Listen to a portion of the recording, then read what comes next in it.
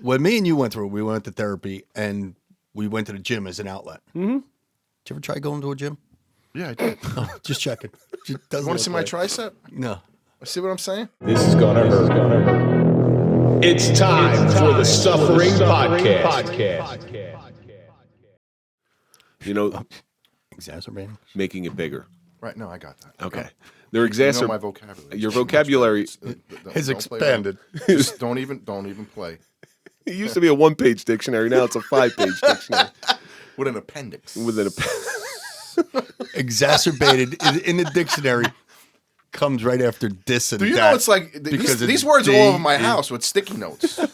Sticky. Like I now have Post-it notes. It's all over the place. I now have Visceral, wallpaper. exacerbate. Phlebotomy. That's a tough one. That's a big one. So, but they've been getting this trauma that you had to your head has been treated wrong for so long, and a lot of soldiers have been getting treated the wrong way. Right. If we can discuss it, if we can get true studies on it, maybe we won't lose. I mean, we lost more officers as it relates to police work, not even military. We lost more police officers last year than we did from suicide than we did from the line of military. 100%. 22 a day. Right. Right. And why 22 a is day. that? Yeah. You know why? Is it because of the unknown? Because they don't know how to treat it. They don't. Like you said, you can't just go into someone's head, take their brain out, and see what's wrong with it, and put it back and say, "Okay, here's what we got for you now." Well, there was a story where a guy came home from overseas, a military guy, and he gets released out into the wild. He's obviously got some issues. Goes out and cops pull up on him. He pulls a gun out on him, and they shoot him and kill him. Well, why did he do that? Okay, why did he do that? Did he do it because he wanted to die? Was it suicide by cop? And they don't think it was because all the precursors weren't there for suicide by cop. But even with police officers, why are we losing so many police officers? Why? There's too many to ignore.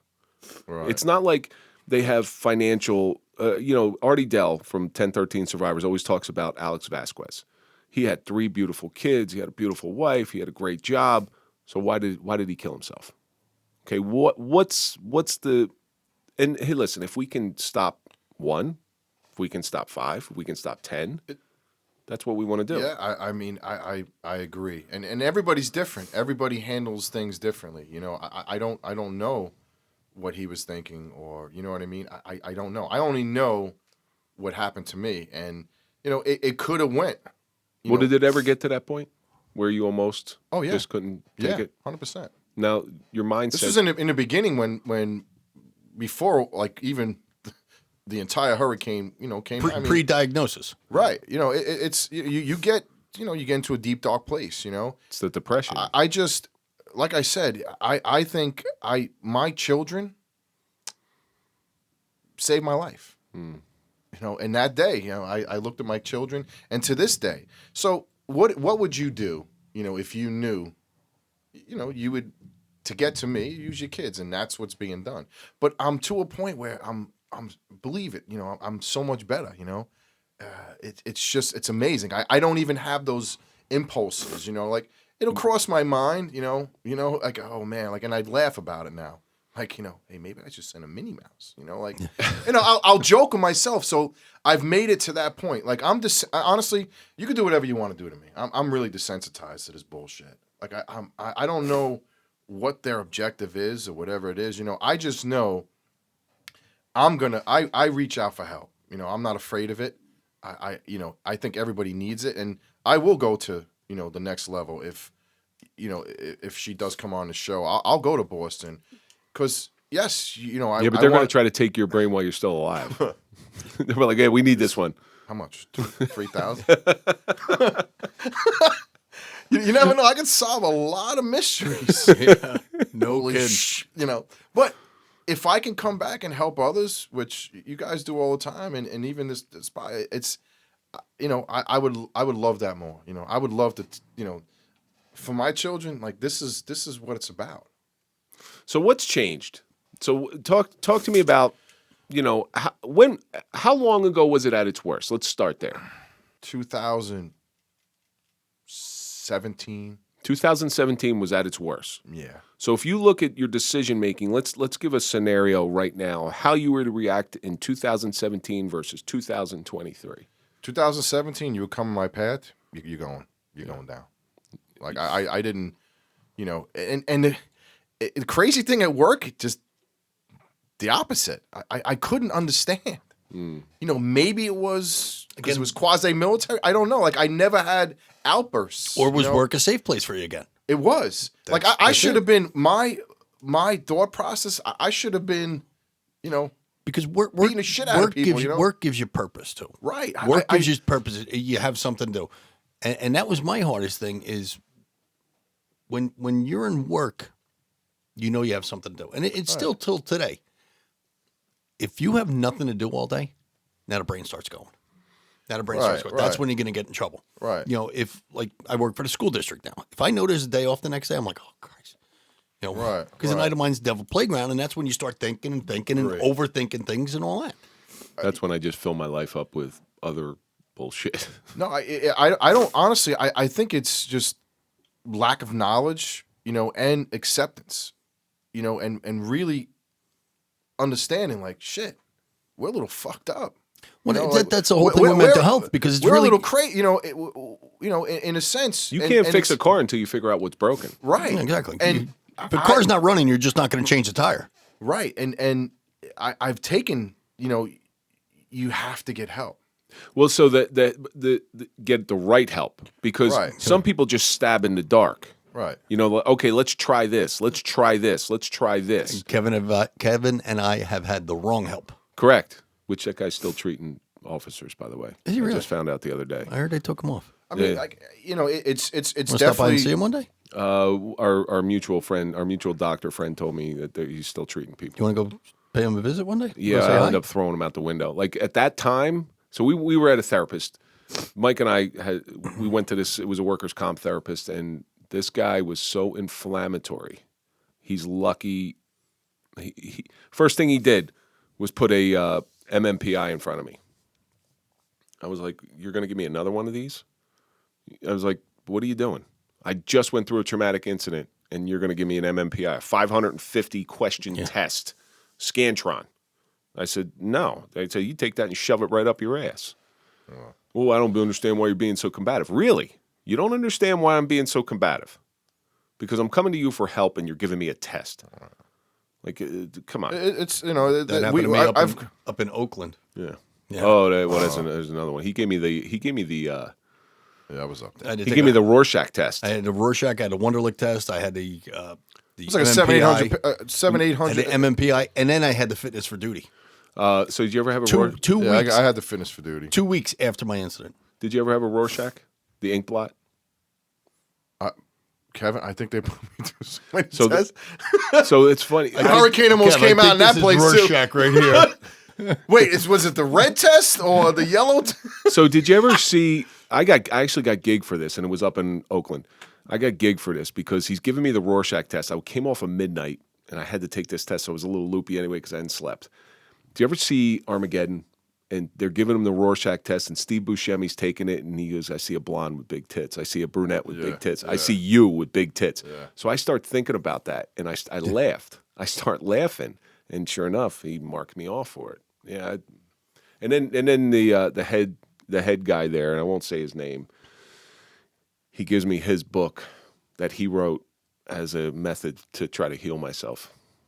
Yeah, listen. That's not self-serving. I think everybody has to find their own outlet, their own person, or their own thing, you know, to help. You know, I mean, you know, I found mine. Obviously, you know, I've accepted it.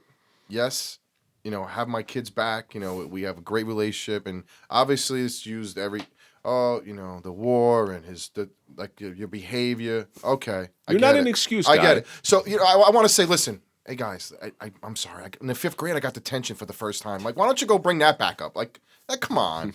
Yeah, but let's get into the time I threw a raisin Yeah, like, at honestly, I threw a raisin at a nun in 3rd grade. Truthfully, these lawyers, like, I handed it like to them. Here, I on a silver platter. Like, if you think you're that great, like, for what? I gave it to you.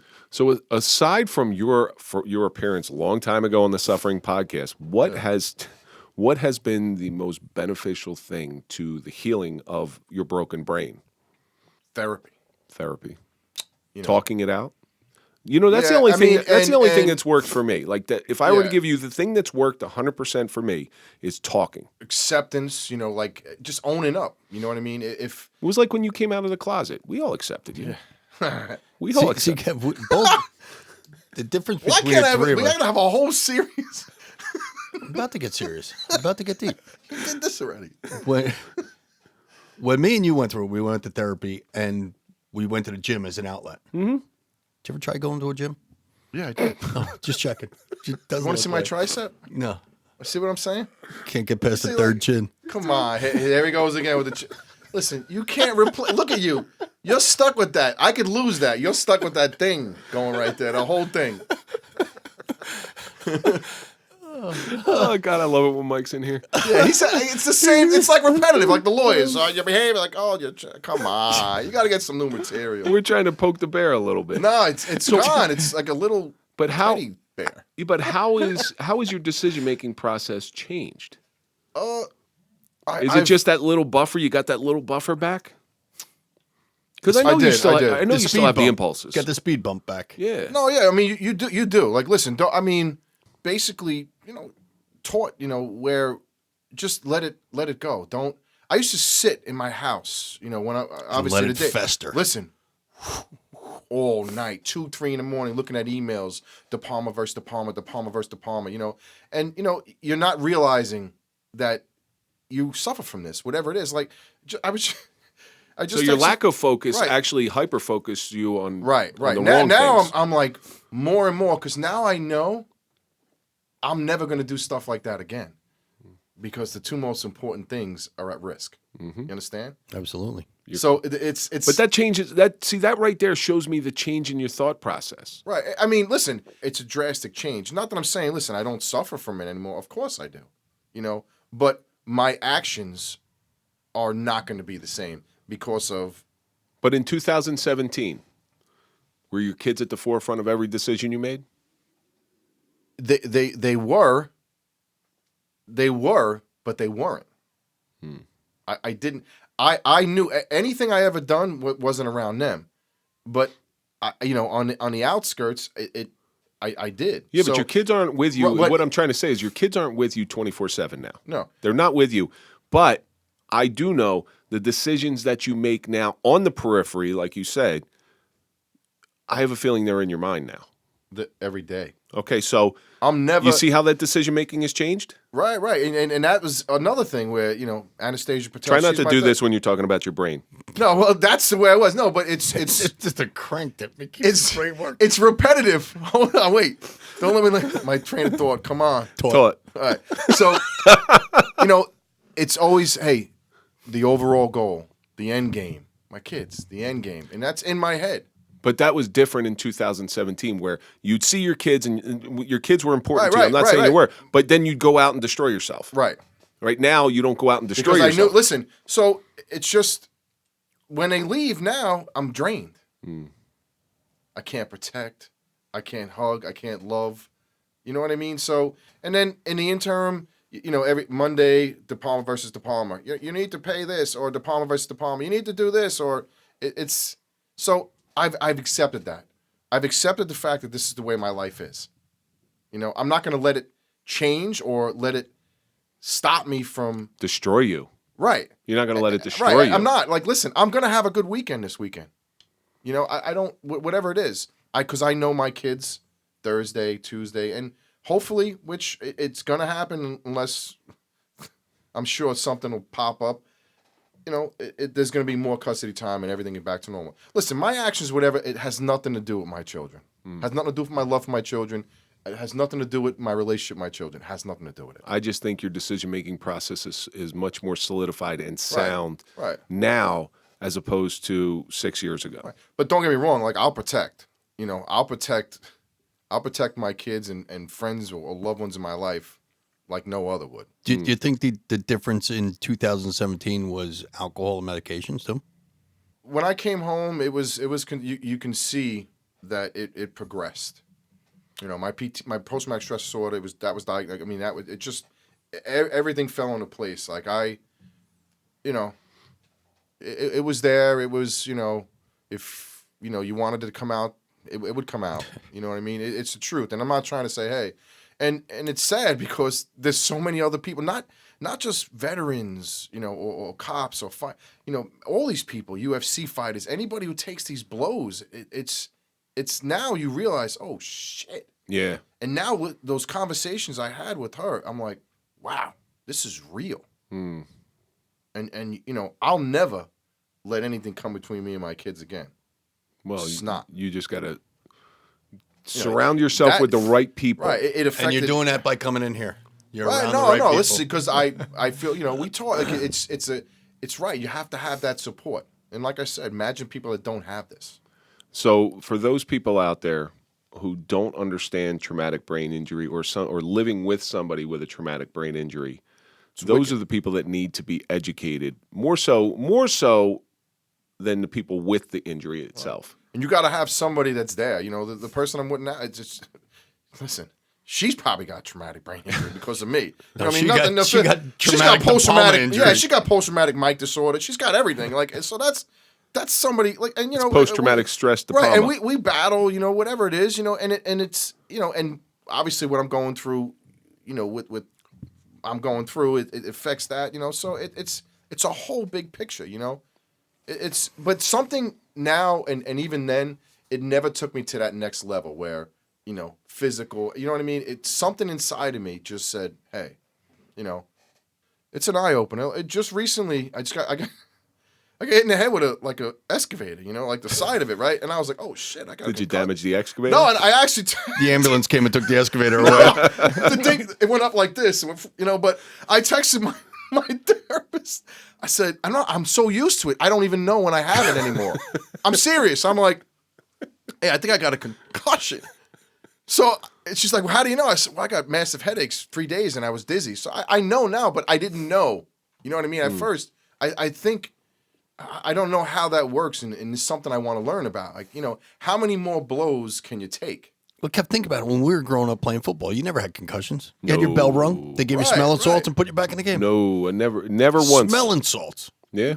I read something after, every time you tell me something, I research it and I read about it. Like, I think it was, that's just classic, but I think it was 60,000 shots to the head. I don't know which football player it was. It was 60,000 in his career. I read something Probably about Junior that. Seau. Right. You know what I mean? Like, see, that's like one thing with my memory. Like, I'll read something, and then I'll just, when I stress out or whatever, it'll slip away. But it was 50, 60,000. Now imagine 50, 60,000 blows to your head. And listen, those things, that I went through, it's two separate things. They were bad at the time. Yeah, it probably did some damage. It definitely did some damage, obviously. But can you imagine that? Yeah. Like, that's nothing. That's like a Tootsie Roll to somebody like that.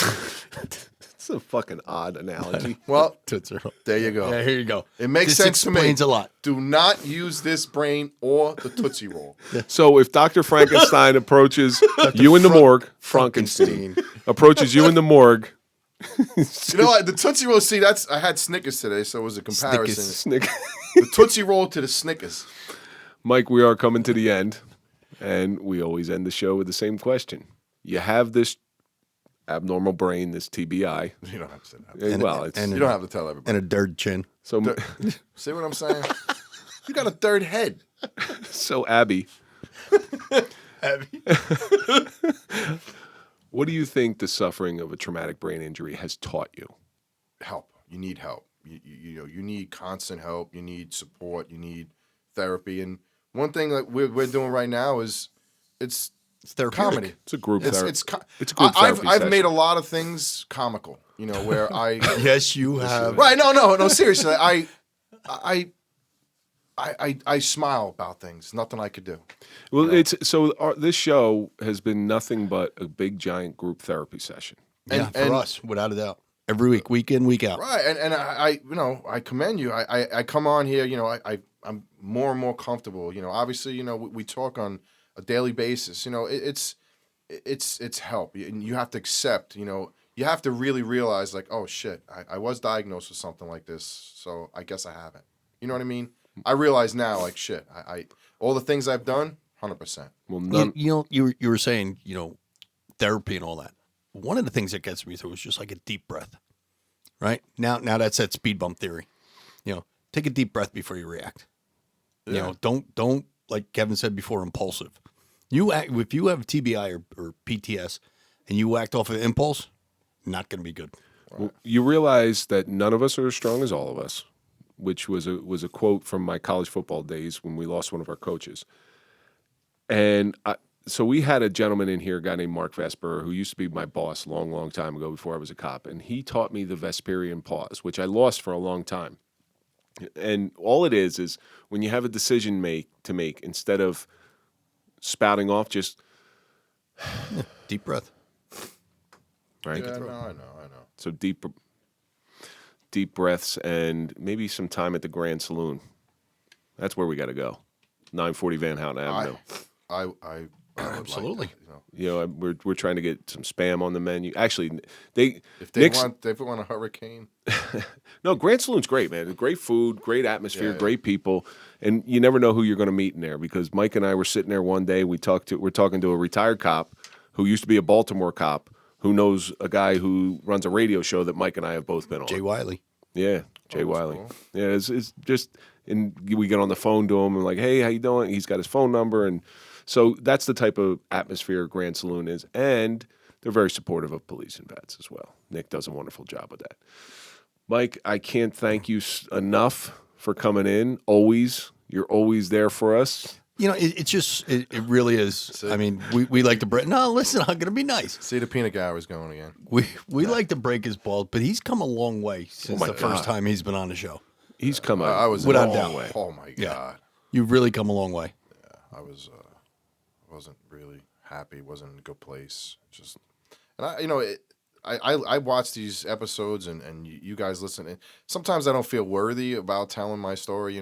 Listening to these other guys. And I'm more so, hey, I want to tell it because I want to help. If I could help somebody, that's what it is. It's not that I'm definitely going to go for that treatment in Boston. It's not that 100%. it's not that you're not worthy. It's just your problems are your problems. Right. Other people's problems are other people's problems. They're dealing with it the same way they are. Their problems may seem bad to you. Your problems may seem bad to them. Right. I'm living proof with all that. What could happen and what I took it to the downward slope of a life. And at that time, you didn't get that. You didn't want the help. You just didn't give a shit. Well, especially in law enforcement, you couldn't get the help because then you're that guy. Agree. Now you get put on a rubber gun squad, and Right. Which I was on, by the way. I was actually on the rubber gun squad. It's not a fun place to be. I think I was. Yeah. Yeah. Then everybody's looking I at you, was. talking behind your back. Yeah, there he is. Yeah. There he is. Honestly, I didn't give.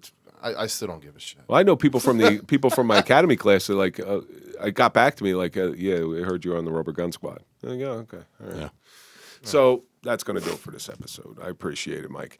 And that's going to do it for this episode of the Suffering Podcast. As always, let's think about all the stuff that we learned. The brain is the captain of the ship. A TBI can change the trajectory of your life. A TBI doesn't mean you can't succeed in life. Time can repair all things, but most importantly, reach out for help.